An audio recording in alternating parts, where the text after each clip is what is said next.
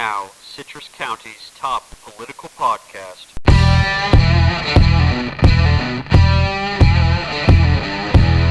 At some point you look around, and you're the only one. It's pretty good. And just like that, the perspective shifts. Paging Bobby Winsler to the microphone. On in 3, 2. Welcome in! Coming to you remotely once again today, however you're making us part of your day, whether it's Apple Podcasts, Spotify, the iHeartRadio app, or through the Concurrent mobile app website. I am sure glad you're joining us, and I hope you had a great week.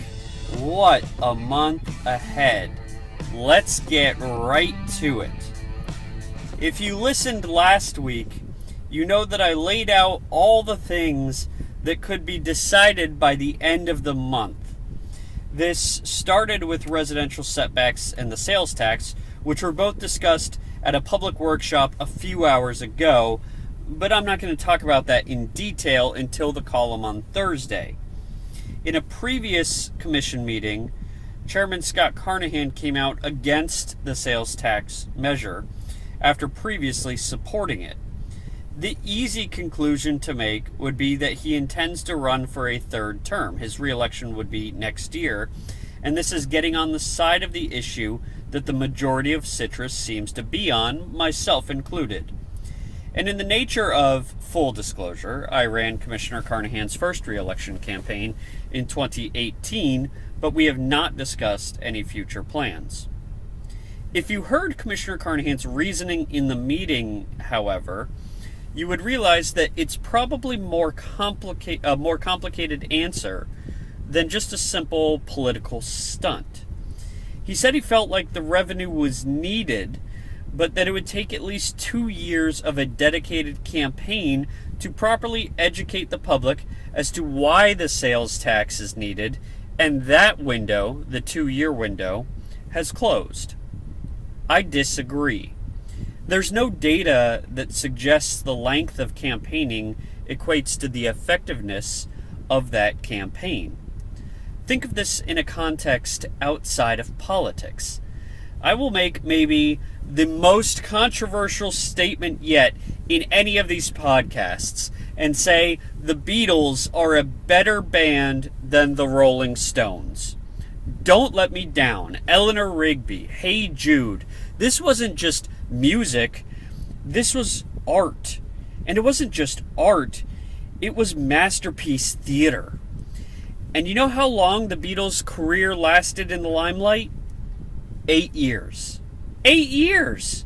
Scroll Facebook, and you'll still see people posting pictures from Stones concerts. Mick Jagger's on stage, barely able to jump around. No one knows if Keith Richards is playing or in a coma. And the Stones have been touring, I'm estimating here, for 130 years compared to the Beatles' 8, and still haven't matched the greatness of Sgt. Pepper. Length of time is irrelevant. A natural question then becomes, but why? Why is time irrelevant? This is because of snap judgments. We make split-second decisions about how we feel, and those feelings influence how we vote. As Commissioner Carnahan was backtracking his support, Commissioner Kennard added that the workshop will be to discuss the sales tax for the purposes of residential road resurfacing. And he said something along the lines of, I'm not sure that gets us there. He's right. The antecedent to that is the residential road resurfacing, and he's not convinced that that's enough to have people vote for it. But why is he right? Just as easily as snap judgments explain why length of campaigns don't terribly matter, so too can Commissioner Kennard's comments be understood with one easy concept. The roads are a problem, but they aren't the problem. The problem is trust. The solution is increased communication. The mid-2010s were a dark time for road resurfacing, but since 2017, and especially since 2018, the Commission has allocated much more money toward road projects. If me saying that angers you, or you don't want to believe it, or you want to lash out in disagreement, I don't blame you. There's a long way left to go. And the reason why it doesn't feel like the truth, even though it is the truth, is because those efforts since 2018 haven't been properly communicated to the public. I imagine that today's workshop has told us a lot about what the Commission plans to do. This is the wrong approach. If you want to get the public on board, and I don't mind giving this advice to the pro-tax side that I am against, because I have no doubt in my mind that they're not going to use it, but if you wanted to get people on board to get this thing to pass, you wouldn't start with what you plan to do. You would start by educating the public about all the money allocated to road resurfacing and what would that you've already done and what would currently disappear if more cuts were made. From today, I would establish a culture of road prioritization that demonstrates the goal through action rather than just lip service, saying that it's a priority. And this is why I don't mind giving the advice, because the Commission can't do it. The inability to let go of the Ford Island Trail multi-use bike path, the vast overpayments of CARES Act money to the Chamber and to the United Way that they've doubled down on several times over, the willingness to change fee structures on things like stormwater to keep the overall millage rate down but still not provide funding for roads through additional revenue sources. Any countless number of these things demonstrate that the actions aren't there to make the roads a priority. There's too much distrust working against the Commission for this thing to pass, even if it's framed as for roads, and that distrust may be justified. But I want to end this topic by making sure something is abundantly clear. I'm not angry, and while it's far from me to tell you how you should feel, I would implore that you give it more thought before you let anger consume you as well. It's not that the Commission are bad at their job, or crooks, or bad people. Quite the opposite on all of these. They're hardworking and dedicated to make Citrus County a better place. We just have disagreements about the direction that the county is headed. Insults and threats, and even small threats like, "You'll lose my vote if," are unproductive to the conversation. And this is a conversation worth having. I'm proud of the commissioners for getting it started today, even if I disagree with the ideas that they have. And now I think it's on us as the public to do our part to let our voices be heard diplomatically. Getting to topic 2, but first, be among the first to advertise with the Citrus County Concurrent. We offer a variety of ways to reach your next customer, including website graphics, audio reads, and even traditional print advertising. Get in early to lock in your rate even as our audience grows. Special consideration given to nonprofits as well. Contact advertising at theconcurrent.com. For more information, that's advertising at theconcurrent.com to learn more. As many of you know, I run campaigns professionally, having run about a dozen local races here in Citrus. And the best advice that I give my candidates is to not worry about what the other candidates are doing. There's a finite number of voters, and you can pretty well guess how many you need to win based on previous results. And you can get to that number through strategic and persuasive messaging on almost any budget, regardless of what your opponents are doing. Frontrunner status is usually the best, and many people ask me how we don't take a swing back when people are trying to tear you down as the frontrunner. This was evident in the sheriff's race of 2020.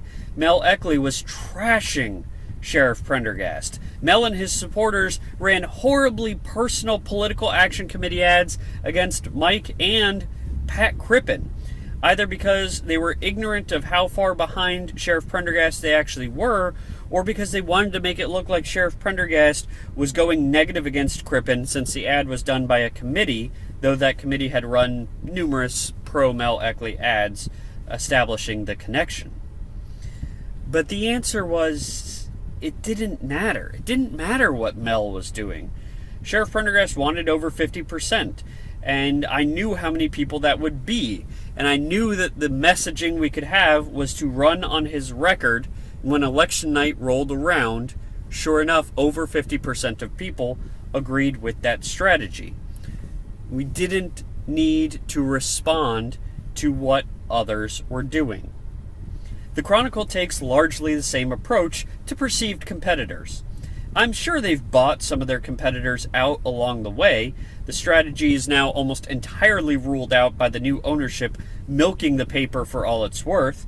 But with such an established distribution network and brand ID as the oldest established business in Citrus County, the Chronicle has a front-runner status that makes ignoring all others a viable tactic.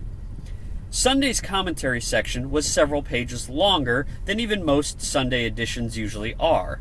Now, I'm not going to take credit for this, but it was nice to see, as more commentary, I believe, is helpful to put complicated community issues into context for others. The Concurrent has a long way to go in building. I'm not going to call this a one-man show because I've received so much help in idea formation, topic research, paper distribution, general awareness of all that we're doing from so many people across the community that with the support of those people like you who are listening and reading right now, it has been a team effort so far, and I'm so thankful for that. And this is going to sound hypocritical from a podcast whose second topic comments on the content of another publication weekly, but the blinders are on to what others are doing. I don't mean this in the sense of what people like the Chronicle are publishing. I mean it in the sense that what they are doing is not going to change what I'm doing with the Concurrent. Citrus County needs a multimedia option to stay informed, a free option. And while I'm not an ardent ideologue, they need a conservative option as well.